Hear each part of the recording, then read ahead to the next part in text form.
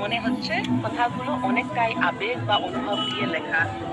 আমি আবেগ দিয়েই বলছি। চতুর্দিকে আসা কিছু জটিল ভাবনার মতো।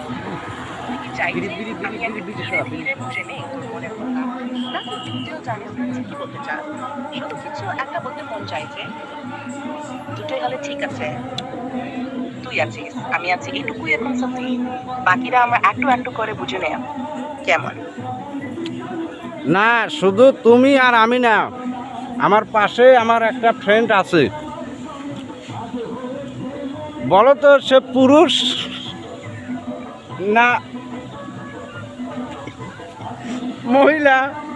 তুই বলছিস না, সেটা তুমি আর আমি না, আমার পাশে আমার একটা ফ্রেন্ড আছে। এইটা শুনে একটু হালকা লাগলে, কারণ তোর পাশে কেউ আছে, সেটা অনেক বড় জিনিস।